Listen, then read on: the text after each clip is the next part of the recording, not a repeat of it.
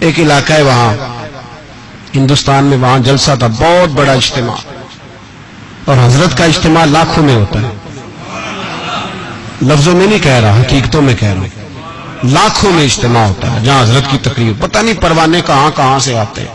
اور یہ وہ دور ہے جب اللہ اپنے بندوں کو وہ والی فضیلت دیتا ہے، اذا جاء نصر اللہ والفتح ورأیت الناس یدخلون فی دین اللہ افواجا، اللہ پورے مرتبے دیتا ہے۔ تو بڑا لاکھوں کا اجتماع تھا، میرے سیدی، میرے شیخ، میرے محسن حضرت صاحب قبلہ دامت برکاتہم العالیہ، آپ نے وہاں جانا تھا، 2-3 دن کے بعد جلسہ تھا، تو وہاں ایک مجذوب بزرگ رہتے تھے اس علاقے میں۔ حضرت کا جس دن پروگرام تھا اس سے 2 دن پہلے بابا جی کا انتقال ہو گیا، حضرت کے جانے سے پہلے انتقال کر گئے، اور جب انتقال کر گئے تو ان کا سارا جسم اکڑ گیا اور کٹھا ہو گیا، جس طرح گٹھڑی کٹھی ہو جاتی ہے، پاؤں اوپر کو اٹھ گئے، ہاتھ نیچے آ گئے، گردن آگے ہو گئی، سارا جسم، علماء پریشان، عوام علاقے کی پریشان کہ بابے کو غسل کیسے دیں، اکڑ گیا سارا جسم، اکٹھا ہو گیا، اور کل پروگرام بھی ہے، اور ان بزرگوں کو لوگ جانتے تھے کہ یہ مجذوب ہے، حقا سچا مجذوب ہے، لوگ عقیدت مند بھی تھے، راش ہے، عجیب سی آزمائش۔ اب لوگ بڑی کوشش کرتے رہے، ڈاکٹروں کو بھی بلایا گیا، سب کچھ کیا، لیکن کوئی حل نہ نکلا۔ اگلے دن حضرت تشریف لے گئے، لوگوں نے کہا حضور یہ مسئلہ ہے، اس طرح کی پوزیشن ہے، وہ بابا جی ہیں تو وہ فوت ہو گئے، مجذوب تھے، تو کیا کریں؟ آپ فرمانے لگے مجھے لے چلو، مجھے لے چلو۔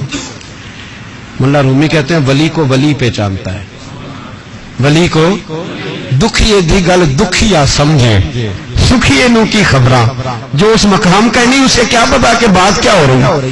فرماتے ہیں کہ حضرت فرمانے لگے مجھے لے چلو، حضرت پہنچے، مجمع لگا ہوا تھا سیدھے میت کے قریب۔ رب کریم کے بندوں کو اللہ وہ مقام دیتا ہے کہ لوگ سمجھ نہیں سکتے، اور یہاں ایک بات کہہ دوں، اگر سمجھ میں آ گئی تو بھی ٹھیک، نہ آئی تو بھی ٹھیک۔ اللہ کے ولیوں کے تعلقات آپس میں مرنے سے ٹوٹتے نہیں، یہ مرنے کے بعد بھی قائم رہتے ہیں۔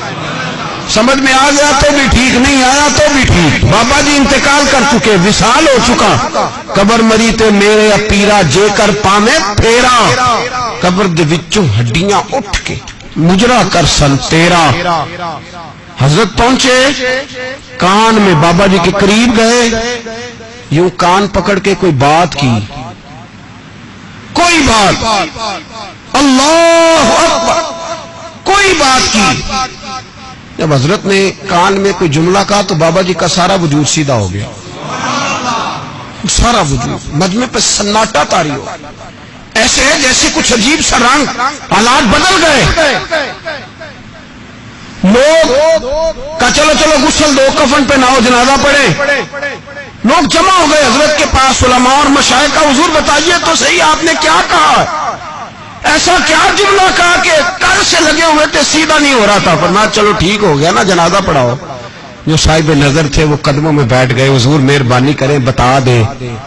تو حضرت فرمانے لگے کہنا کیا تھا؟ میں نے اس کے کان میں کہا کہ اختر رضا آ گیا ہے، تیرا جنازہ پڑھا کے جائے گا۔ اختر رضا آ گیا ہے، تیرا جنازہ، پتہ نہیں آپ کو سمجھ آئی ہے کہ نہیں آئی۔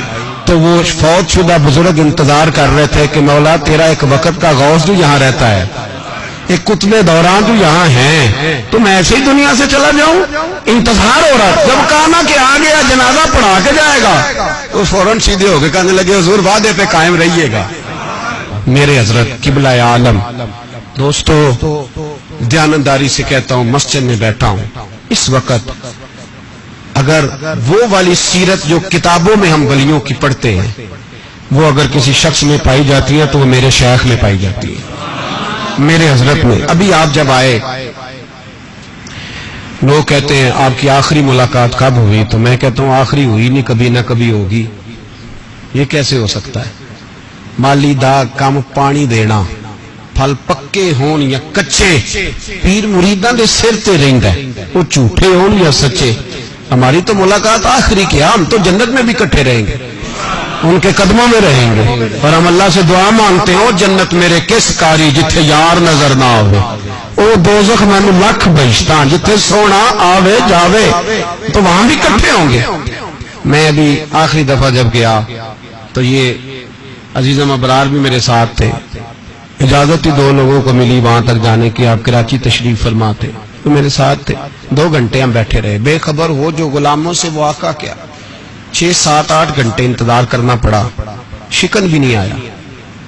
نے کہا جی کہتے ہیں اسے بٹھاؤ بٹھاؤ. تو بندہ کسی جگہ کا اپنے آپ کو کتا بھی کہے تو کتے تو بیچارے ساری دیہڑی باہر بھی نوکری کر جاتے ہیں. یہ بھی نہیں کہتے میں نے اندر آنا ہے. وہ تو کبھی کہتے ہی نہیں.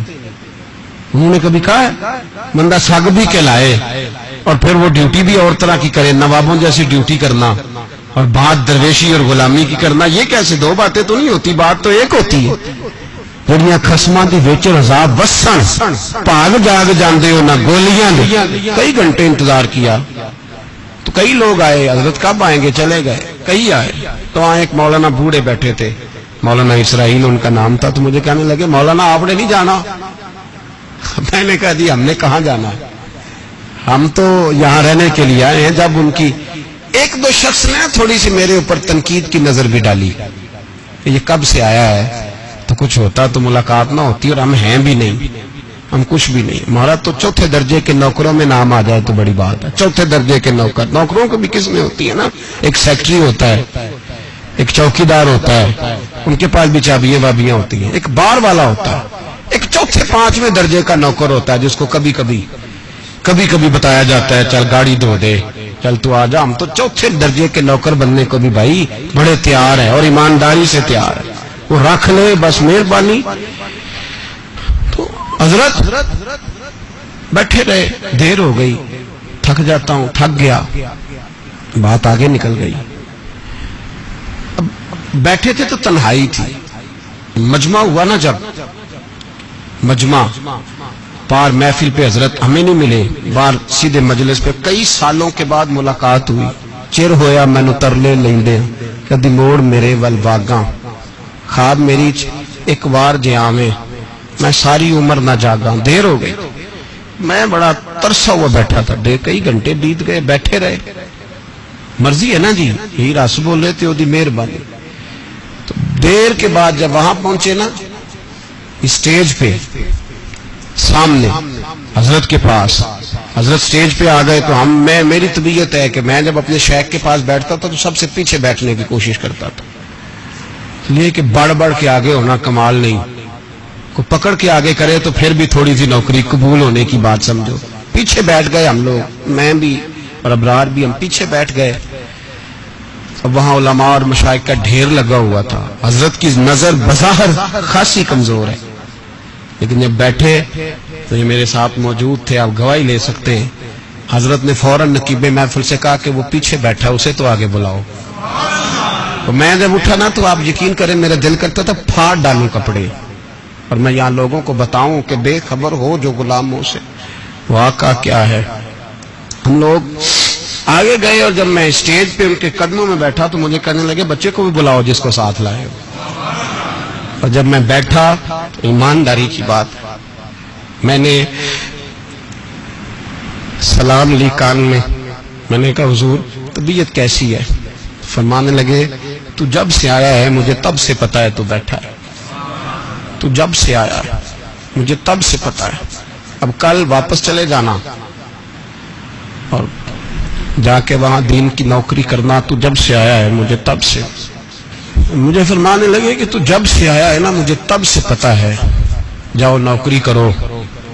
اور ایک جملہ کبھی نہیں بھولتا, فرمانے لگے میں تو تمہارے ساتھ ہی ہوتا ہوں. بس بات ختم ہو.